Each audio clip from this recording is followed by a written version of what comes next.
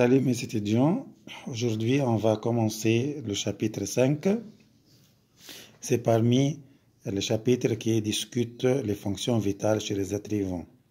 Dans le premier semestre, on a pris 3 fonctions vitales, c'était la digestion, la nutrition, et deuxième chapitre c'était le transport, et troisième chapitre c'était la respiration. Dans le deuxième semestre, on a déjà pris le chapitre de l'exsécrétion et le dernier chapitre, c'est la sensibilité, bien sûr, chez les êtres vivants. Comme vous connaissez bien, que chaque chapitre est divisé en 2 parties. La fonction vitale chez les plantes et la même fonction vitale chez les animaux. D'abord, qu'est-ce que le chapitre 5 discute quoi? Discute la sensibilité. Qu'est-ce que ça veut dire la sensibilité? La sensibilité, simplement, c'est une réponse. Réponse des êtres vivants aux excitants. L'excitant, c'est-à-dire la sensibilité, c'est une réponse. Réponse d'un excitant. L'excitant là peut être interne ou externe. Par exemple, qu'est-ce que ça veut dire un excitant externe, comme par exemple tu entends la voix de la porte, la sonnerie, etc. Bien sûr, puis tu te diriges vers la porte pour ouvrir la porte. C'est un quoi? C'est d'abord l'excitant influe sur ton oreille et ta réponse que tu vas diriger vers la porte pour ouvrir. C'est comme quoi un excitant et la réponse. Et pourquoi on fait toujours la réponse? Pour conserver notre vie des conditions qui se trouvent dans notre milieu. C'est-à-dire, toujours, je peux dire que cette réponse peut être positive, ça va, ou négative. Qu'est-ce que dire positive? C'est-à-dire, cette réponse, elle était vers l'excitant. Ça va comme ça, et négative, loin de quoi? D'excitant. Je donne un exemple plus simple. Si par exemple, devant toi, un chien, et tu as mis dans ta main un morceau de viande. Quand le chien voit ce morceau-là, il se dirige vers la viande, c'est-à-dire sa réponse est positive, cette réponse vers l'excitant. Mais si tu prends par exemple un bâton dans ta main, et le chien voit ça, quelle est sa réponse? Sa réponse, qu'il se dirige loin du bâton. La réponse de chien, c'est une réponse quoi? Négative. C'est-à-dire, simplement, je peux dire que la sensibilité, c'est une réponse d'un facteur, soit le facteur là se trouve dans le milieu, ou c'est un facteur interne dans notre corps. Comme l'habitude, on va commencer toujours notre explication. La fonction vitale chez la plante. Je commence premièrement la fonction de quoi? De sensibilité chez les quoi? Chez les plantes. On a beaucoup d'exemples cette année. Ça va? Je commence d'abord par la sensibilité chez la plante mimosa. C'est une plante particulière qui a 3 sensibilités, 3 réponses. D'abord, sa sensibilité au toucher,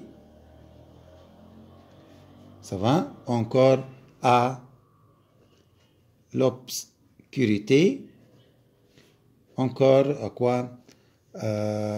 À la lumière, si je peux dire, c'est-à-dire, on peut même mettre les deux, soit obscurité à lumière, c'est-à-dire le facteur là, c'est quoi? C'est la lumière. Bien? Pour comprendre comment la plante mimosa répond à stimulant du milieu, d'abord, il faut prendre la structure de la plante mimosa. Regardez bien ici.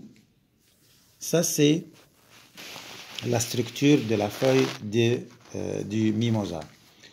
Normalement, la plante mimosa renferme sa feuille, c'est une feuille composée plumiforme, quasi composé, c'est-à-dire se compose par plusieurs folioles. Plumiforme, c'est-à-dire a pris la forme d'une plume, comme les plumes des oiseaux. Regardez bien la figure. Il faut faire attention de combien de renflements on a.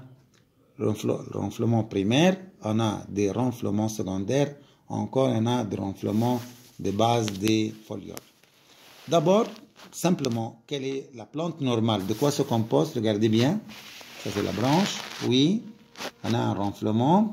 Puis, le pétiole de la feuille. Puis, ça, c'est la feuille. Mais dans notre cas de la feuille du mimosa, non. La feuille là est formée de plusieurs parties. D'abord, le renflement primaire. Ici, on a un axe. Puis, cet axe-là se termine par 3 renflements. Il y en a 1, 2, 3, 4 renflements, pardon.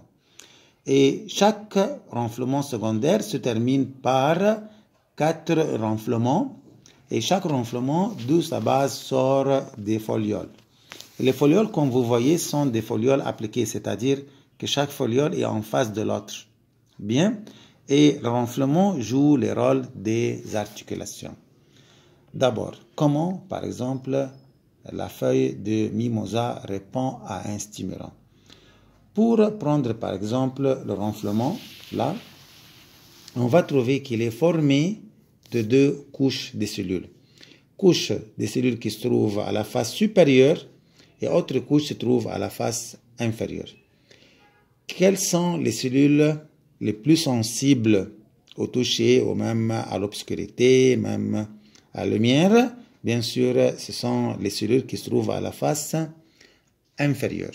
Ça va comme ça? D'abord, comment on peut interpréter le mouvement ou la réponse de la plante mimosa à l'obscurité, quand même, à la lumière, au toucher? Simplement que les surfaces inférieures des folioles sont plus perméables à quoi? À l'eau. C'est-à-dire, si par exemple, on touche ça, c'est la surface supérieure et ça, c'est la surface inférieure qui se trouve en bas. Dès qu'on touche la plante mimosa de la surface inférieure, ainsi que se passe-t-il, la perméabilité des cellules qui se trouvent à la face inférieure augmente et qui permet le passage de quoi? De l'eau. En ce moment, bien sûr, l'eau sort de ces cellules par osmose, c'est-à-dire se dirige d'un côté ou d'une cellule vers l'autre cellule. Ainsi, la surface inférieure perd de l'eau et la cellule où le renflement se contracte. Et par rapport de ça, regardez bien, les 2 renflements ici, l'un est appliqué avec l'autre et les 2 folioles se rapprochent. La même chose peut aller jusqu'à le renflement primaire qui perd de l'eau et ainsi il se penche vers le bas. Ça, c'est simplement comment on peut expliquer comment la feuille de mimosa s'incline vers le bas en touchant. Et la même chose à l'obscurité et même à la lumière. Mais la plante peut rester même quelques minutes, même jusqu'à 15 minutes à cet état. Puis, dès que l'effet de l'excitant disparaît, elle récupère une autre fois sa forme. Comment?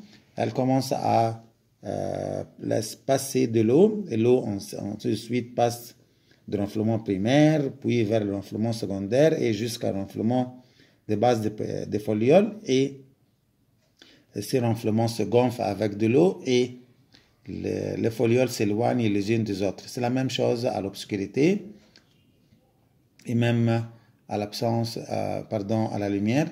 On appelle le mouvement des feuilles de mimosa à l'obscurité et à la lumière, c'est un mouvement d'éveil et de sommeil. Comme quelqu'un qui, le matin, il se lève et le soir, il dort. Ça va comme ça. Ça, c'est la première partie de la sensibilité chez la feuille des mimosas.